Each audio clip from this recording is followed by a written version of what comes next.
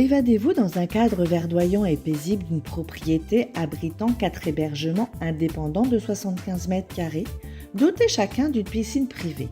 Les Nuits de Lens. Les Nuits de Lens, votre oasis privée à Sainte-Anne, en Guadeloupe, pour une expérience de détente totale.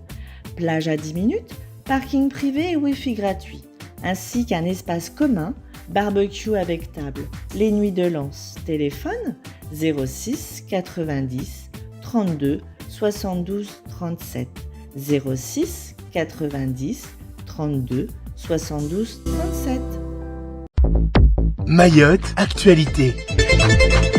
Pour l'édition du jour, nous parlerons de ce malaise à la CSSM, le CHM et l'insécurité, Kwassa sanitaire, des révélations sur les transferts sanitaires depuis 11 juin et nous finirons en environnement. Mais tout d'abord, à la une de ce journal, l'inquiétante fuite de gaz à la CSSM. Hier matin, plusieurs salariés de la CSSM, la Caisse de Sécurité Sociale de Mayotte, ont été pris de malaise suite à l'inhalation de gaz. 8 salariés ont été pris en charge et évacués au CHM où après examen, il semblerait qu'il n'y ait rien d'inquiétant. Les salariés de la CSSM ont été invités à regagner leur domicile. À l'heure actuelle, les secours n'ont pas réussi à déterminer la nature exacte de l'intoxication. Les salariés retourneront travailler sur le site dès aujourd'hui. Néanmoins, par précaution, le centre Kinga restera fermé au public jusqu'à mardi. Le site de Petite-Terre, lui, restera accessible au public. Les 8 salariés admis au CHM et invités à rentrer chez eux doivent néanmoins rester vigilants. Il leur est conseillé de consulter leur médecin dès le moindre signe de malaise. Dans le désert médical actuel dans lequel nous vivons, avec le SAMU qui a décidé de ne pas intervenir la nuit à cause de l'insécurité, allez savoir. Et comme on dit chez nous, justement, au centre hospitalier de Mayotte, la grogne contre l'insécurité continue de monter. Nous vous en parlions hier suite à une nouvelle agression survenue à Dzoumounié sur le personnel du SAMU. Le personnel a manifesté en début de semaine et a décidé de limiter ses interventions de nuit. Hier, mercredi 20 décembre, la directrice de cabinet du préfet et le directeur de l'ARS ont tenu des pourparlers avec le docteur Nora Ouleri, la responsable du service SAMU. La proposition qui leur aurait été faite est celle d'une escorte de forces de l'ordre à chaque intervention du SMUR. Selon le docteur Nora Ouleri, le personnel soignant est déçu de cette proposition, jugée insuffisante.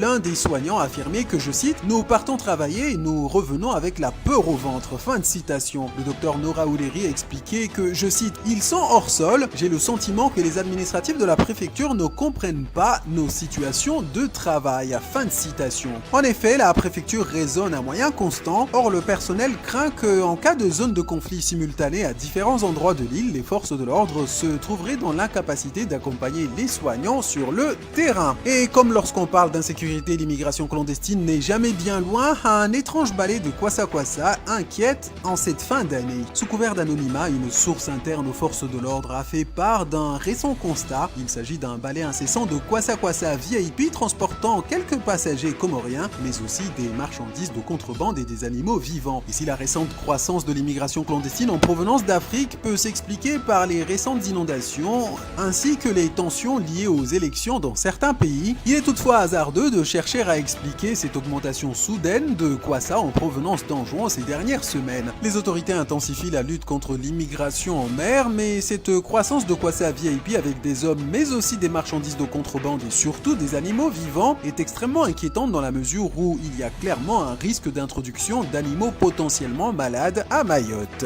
Et nous restons dans les Kwassa sanitaires, accrochez-vous, qui inquiètent également au CHM. Certains soignants du centre hospitalier de Mayotte tirent la sonnette d'alarme sur la recrudescence inquiétante de transferts sanitaires illégaux en provenance d'Anjouan. Ce phénomène bien connu à Mayotte semble de plus en plus structuré avec des patients ayant subi des interventions et qui arrivent dans des conditions précaires en Kwassa, parfois même munis de leur dossier médical. Selon certains, le processus serait bien organisé directement par l'hôpital d'Anjouan avec des consignes aux passeurs pour qu'ils se dirigent vers l'intercepteur des forces de l'ordre afin que les malades soient pris en charge par l'ambulance à quai. Ce phénomène évidemment ajoute à la pression du CHM déjà en proie au manque de moyens et de ressources humaines. Des réflexions sont en cours sur l'aide médicale d'État, une aide médicale d'État qui ne semble pas adaptée à la situation qui en réalité nécessite des réponses adéquates à la faillite du système de santé santé comorien. Des réflexions sur la coopération médicale semblent plus appropriées pour résoudre des problèmes structurels. Je vous propose de clôturer cette édition avec la mobilisation des habitants pour replanter des arbres. C'est à la retenue collinaire de Dzumonier que hier, mercredi 20 décembre, sous une pluie battante, des bénévoles se sont réunis durant la matinée pour planter 20 pousses de manguier pour la protection de la ressource en eau à la retenue collinaire. C'est bien connu, la présence d'arbres permet de diminuer l'effet d'évaporation face au rayonnement solaire. L'un des organisateurs a expliqué que, je cite, « Moins il y a d'arbres, plus l'eau s'évapore avec le soleil. Notre objectif est de protéger la retenue collinaire de Dzumonier en plantant tout autour une vingtaine d'arbres. » Fin de citation. Les organisateurs souhaitent élargir leurs actions à un plus large public, voire pourquoi pas associer les autorités, notamment la DAAF, l'intercommunalité ainsi que le syndicat des eaux. Pour eux, le travail est d'autant plus important qu'il aurait dû être fait il y a 20 ans, non seulement autour de la retenue collinaire, mais aussi aux abords des rivières pour protéger tout l'écosystème. Un autre rendez-vous aura lieu pour poursuivre cette action. On parlait de sujets vraiment très importants, la galette des rois.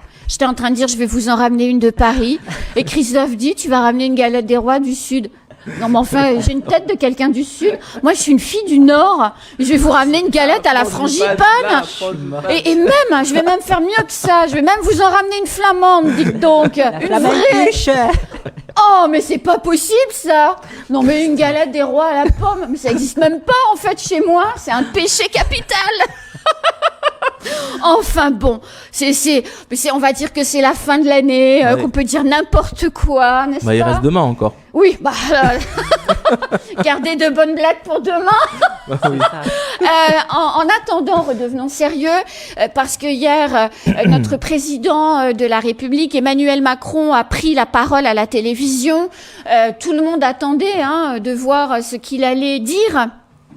Après le séisme quand même politique de la semaine, je le rappelle, vote d'une motion de rejet sur la loi immigration, négociation avec les LR pour obtenir une majorité, un texte très à droite, comme vous l'avez dit hier, qui met l'accent sur la préférence nationale, donc très à droite, un texte qui est voté et qui passe grâce aux voix du Rassemblement national, parce que la majorité n'a pas su se rassembler autour du texte. Bref, c'est une énorme gifle pour Emmanuel Macron, qui était très attendu hier à la télévision.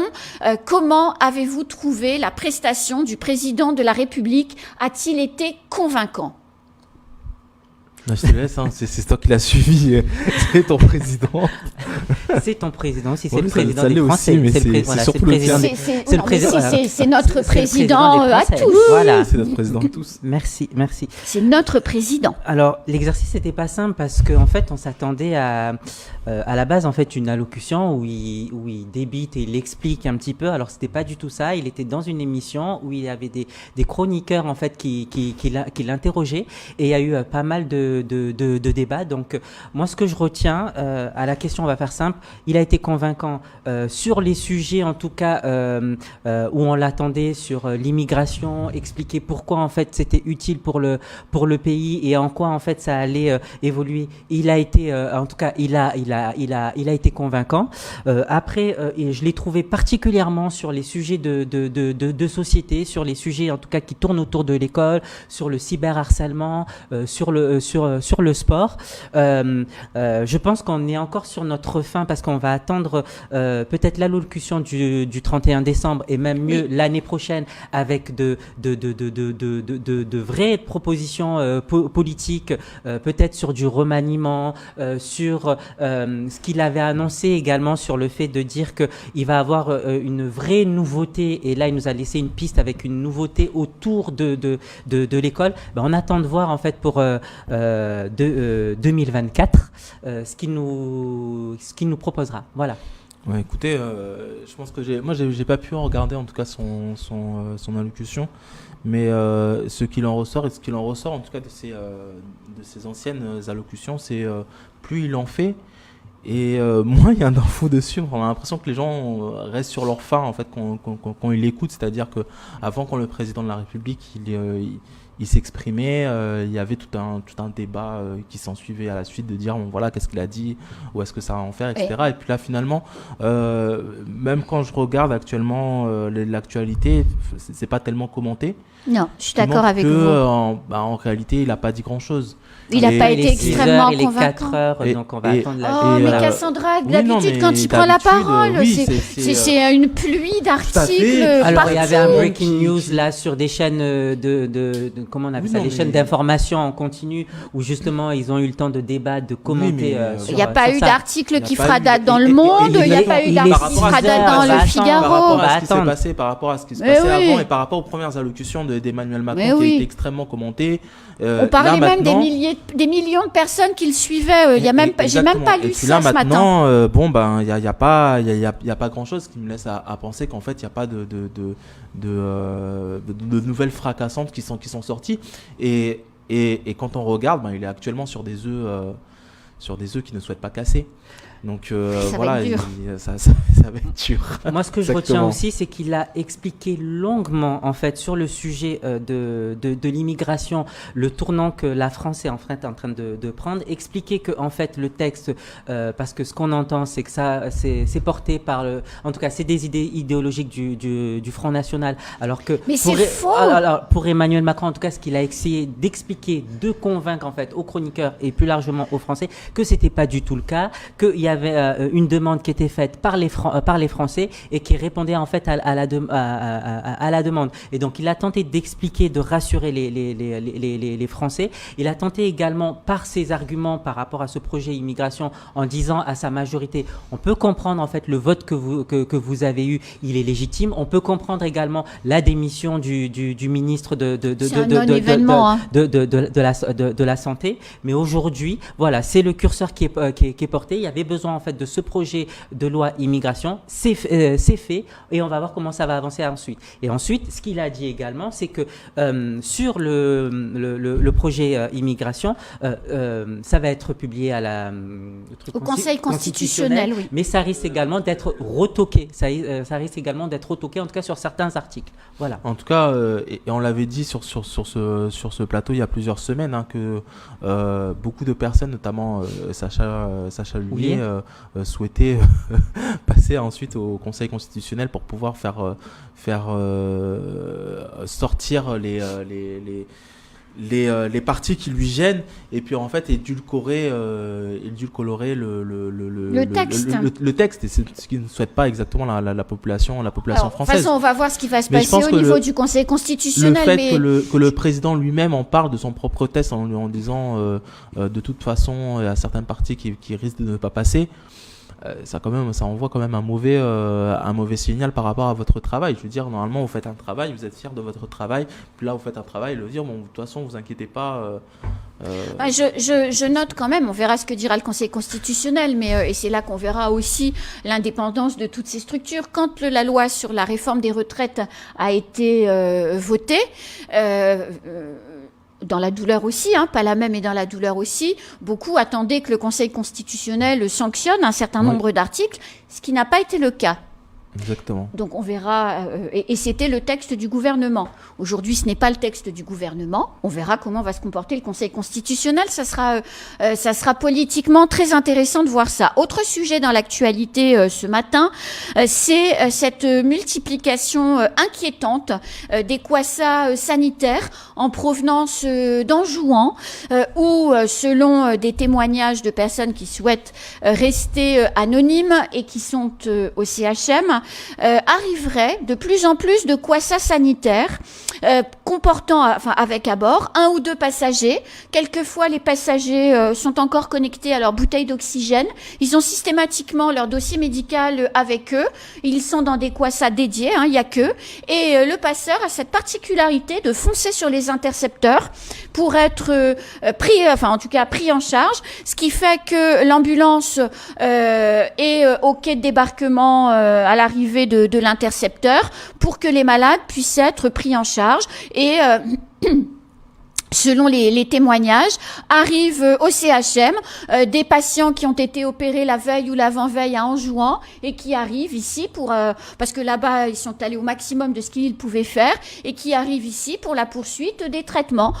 J'ai même eu ce témoignage de début de semaine, accident de la route gravissime à Anjouan, une personne très gravement défigurée, opérée, premier niveau d'opération de la mâchoire à Anjouan, et la personne est arrivée avec son petit dossier, ses petits bandages et tout, pour être pris en charge ici. Personnellement, je trouve ça stupéfiant, et je voulais avoir votre analyse là-dessus. Est-ce que c'est bien ça qu'on veut ? Absolument pas. Vraiment, moi, je suis très, très inquiète et même j'étais énervée, en fait. J'ai relu à plusieurs fois le sujet parce que la première chose, c'est ces personnes, en fait, qui traversent en mer, s'il leur arrive quelque chose, si dans le plus grand des malheurs, il leur arrive quelque chose, qui est responsable? C'est le médecin, en fait, qui a eu la super bonne idée en disant, en le mettant sur le bateau. C'est Azali Assoumani qui décide de ça. C'est la France qui est responsable, en fait, de ça.